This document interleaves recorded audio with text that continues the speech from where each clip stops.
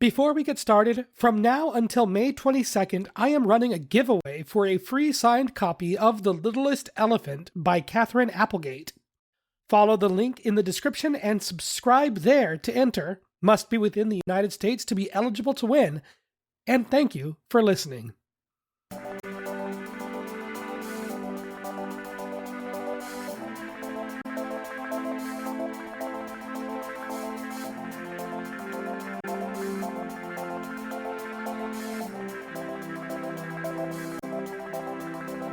Welcome to the Book Faire Podcast. My name is Anthony, and this week we have new picture books promoting diversity, police raid a book publisher accused of pushing LGBTQ propaganda, and a new original Berenstain Bears book is set to release from the original creators. This Friday we have an interview with Katherine Applegate, so make sure to follow so you can stay up to date with the latest in children's literature. But first, let's start this week by looking at new releases, starting with What Kind of Queen? A royal biography of drag queen and activist José Sarria by Kyle Casey Chu and Andrew W. Schaefer, and illustrated by Cindy Lozito. Chu, Schaefer, and Lozito spotlight a drag performer and his queendom in this inspirational picture book biography of activist José Sarria. During Sarria's San Francisco childhood, he declares that, quote, "Everyone in my queendom will be treated like royalty." And indeed, his godmother makes him a royal carriage. His aunties tailor him some robes, and his cousins chant, "Long live Queen José." But though his mother calls him the greatest queen, she also warns that some believe boys shouldn't be queens at all. Returning after defeating, quote, forces of evil abroad, the figure encounters different forces of evil in San Francisco, depicted as officers who scared queens into hiding their fabulousness. But Sarria refuses to conceal herself, performing in drag, running for office, and holding coronations in which anyone could become royalty, take on a magnificent name, and dedicate their life to helping those in need.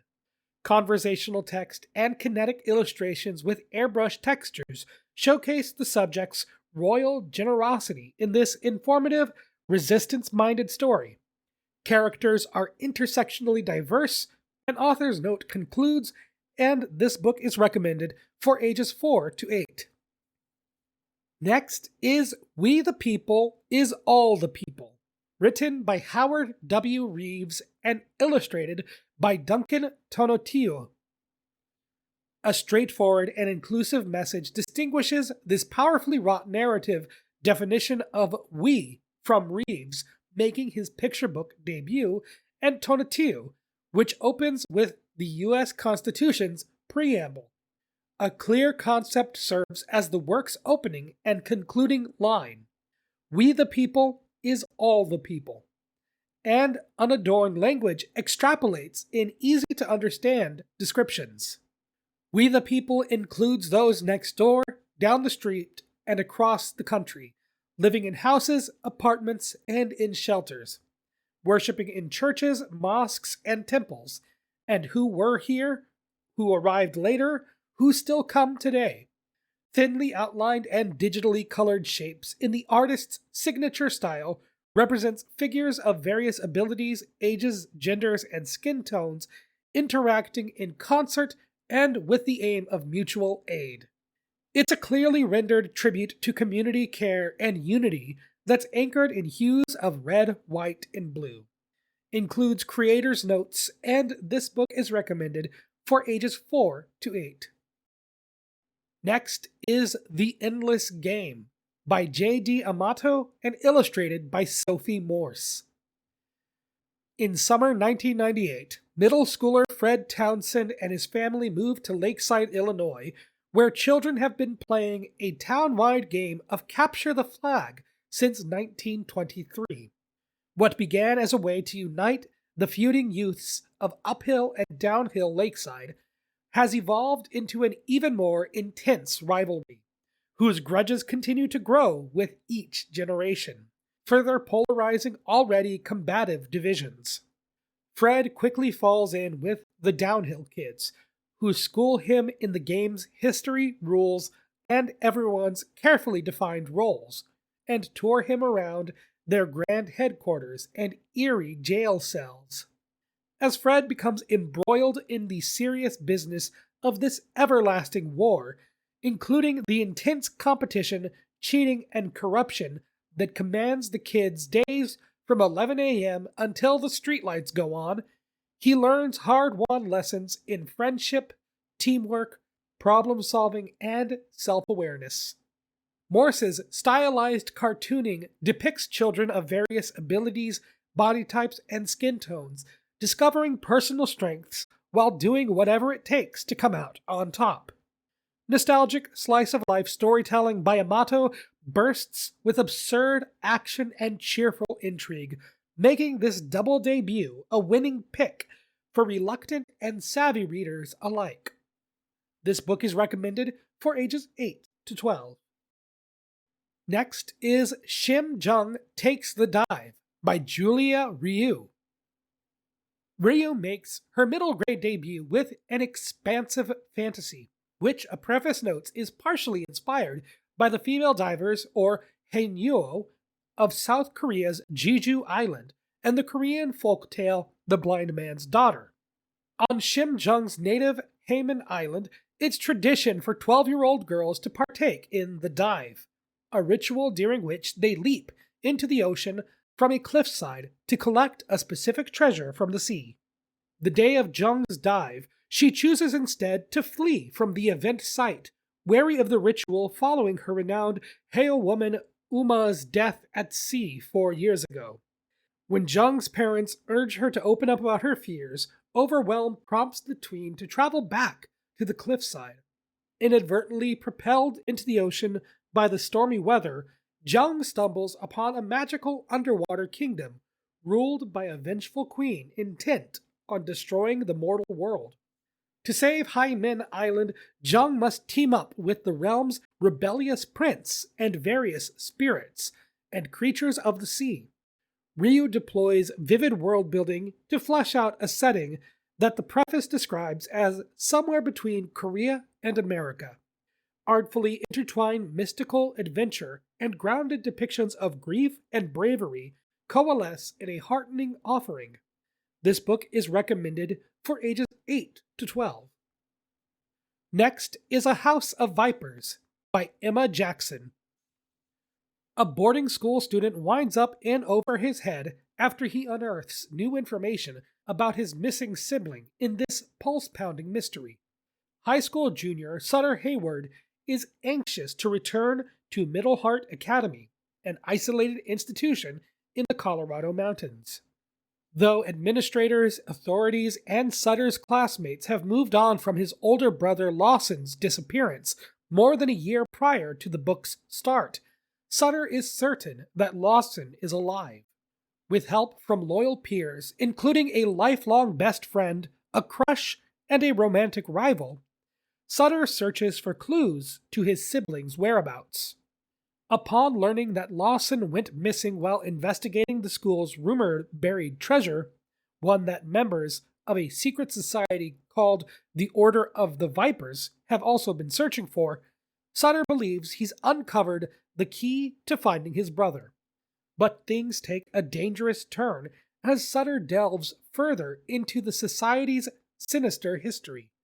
Though some aspects of the dark academia plot and atmosphere feel overly familiar, expertly rendered character dynamics, a believably suspenseful love triangle, and a focus on the bracing impact of trust and friendship sets this YA debut apart. This book is recommended for ages 12 and up. And the final title to highlight this week is Ambrosia Lee Drops the Mic by Patricia Park. Park interrogates celebrity culture in a searing novel that tackles body image, misogyny in stand-up comedy, and child perfection.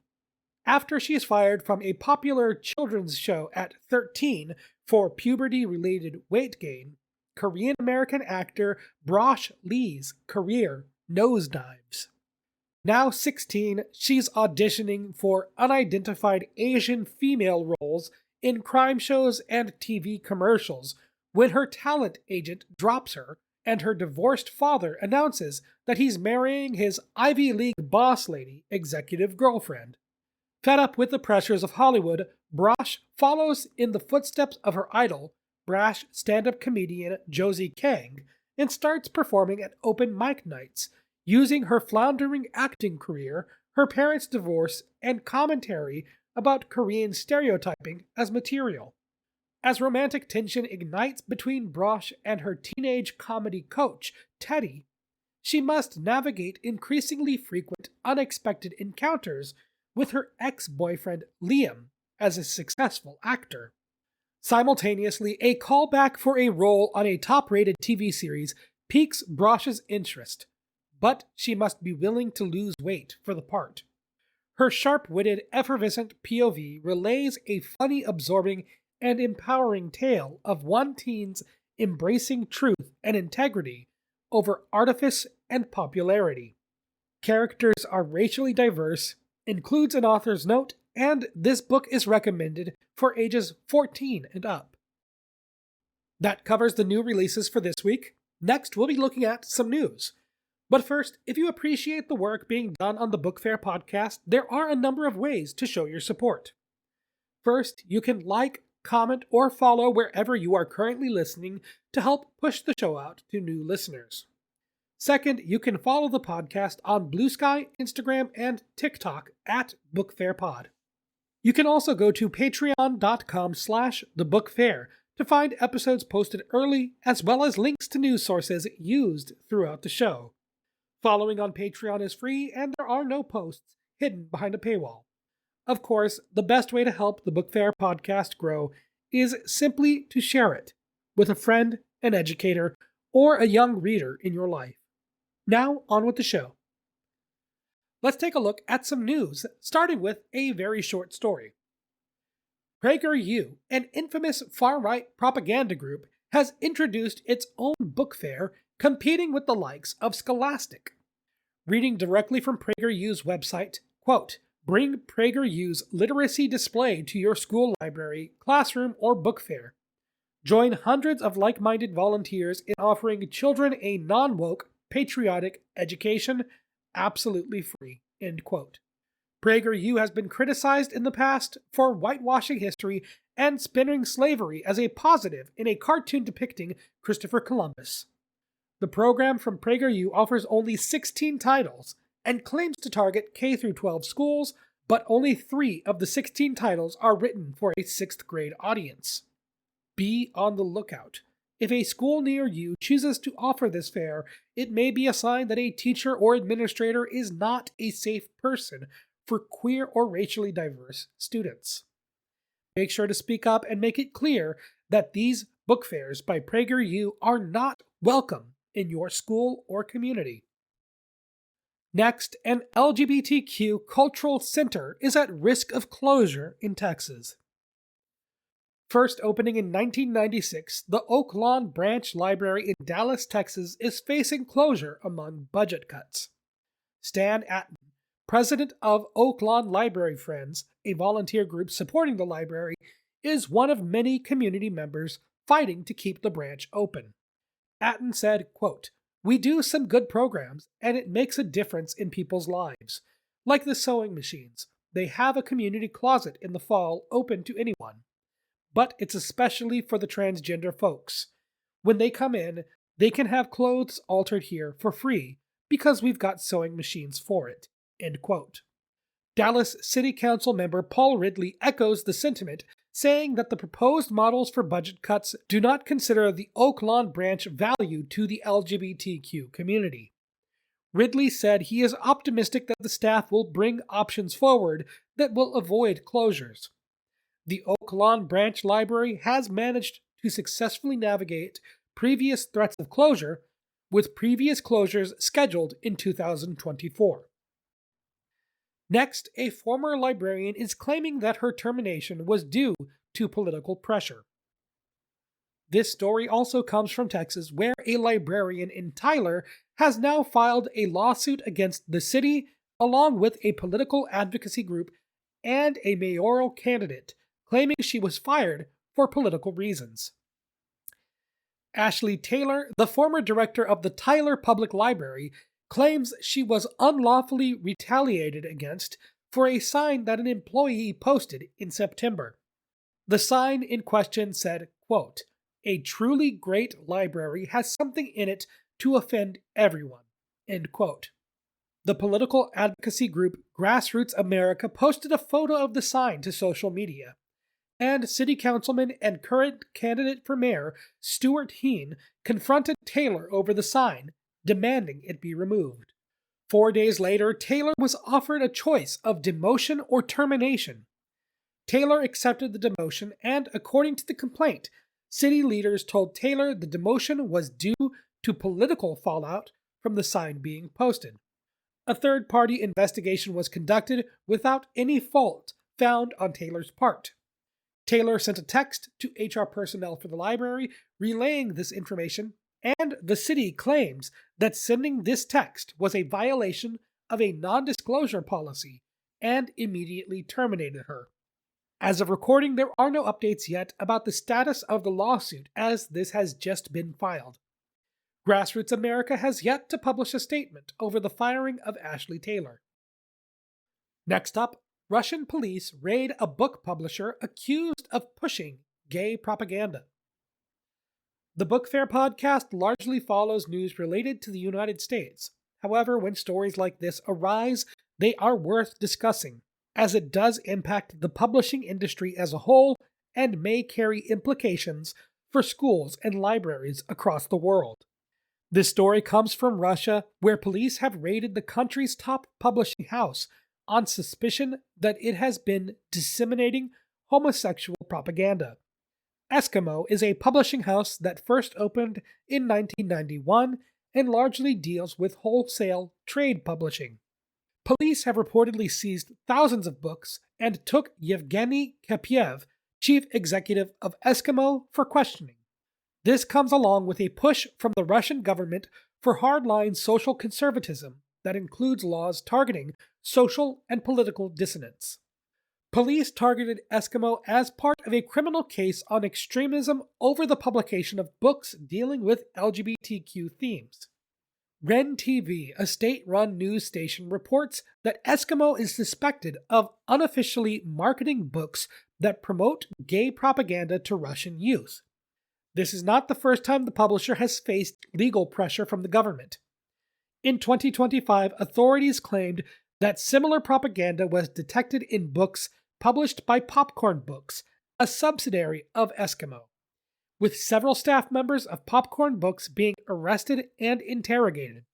Books showing approval of same-sex relations have been banned in Russia for more than 10 years, and recently been enforced more strictly, with authorities requiring publishers to destroy entire editions if they depict same-sex relationships.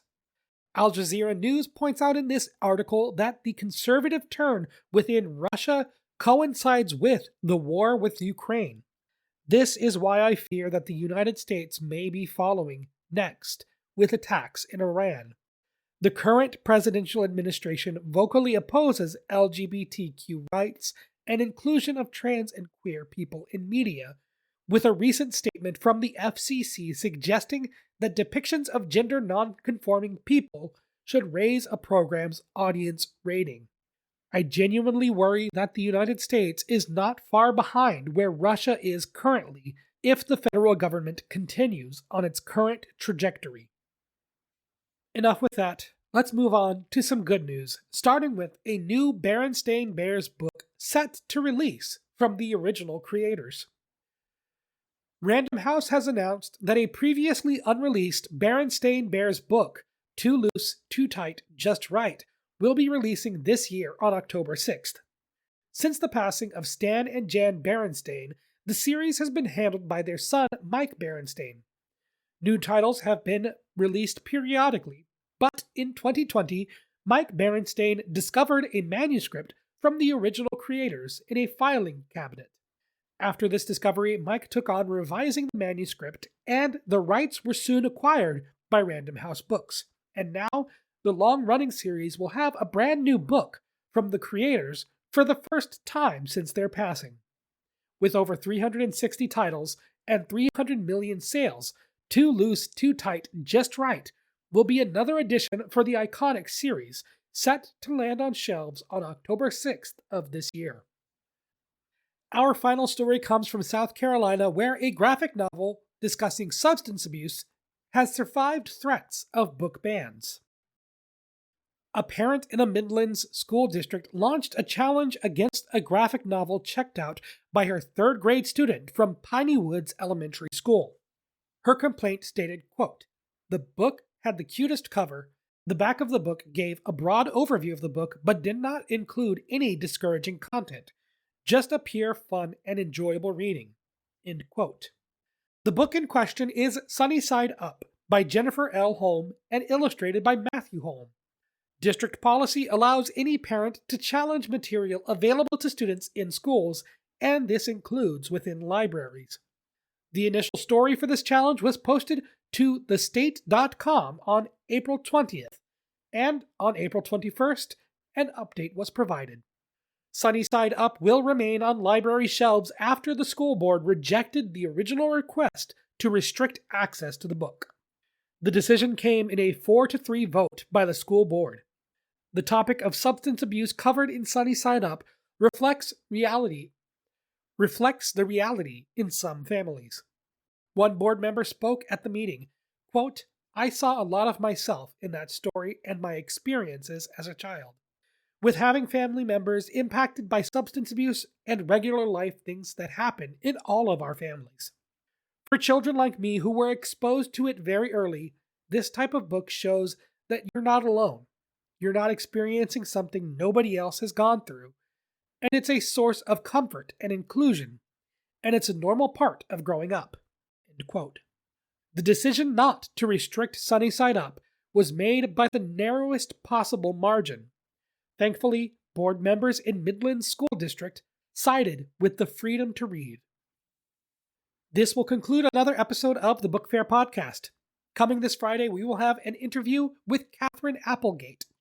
If you'd like to stay up to date with the show, you can follow wherever you are currently listening or on Instagram, TikTok, and Blue Sky at Book Faire Pod. If you'd like to help the Book Faire Podcast grow, you can also go to patreon.com/thebookfair. Following on Patreon is free, and there are no posts hidden behind a paywall. You can find links to news sources as well as episodes posted early. Simply add the RSS feed to your preferred podcast platform.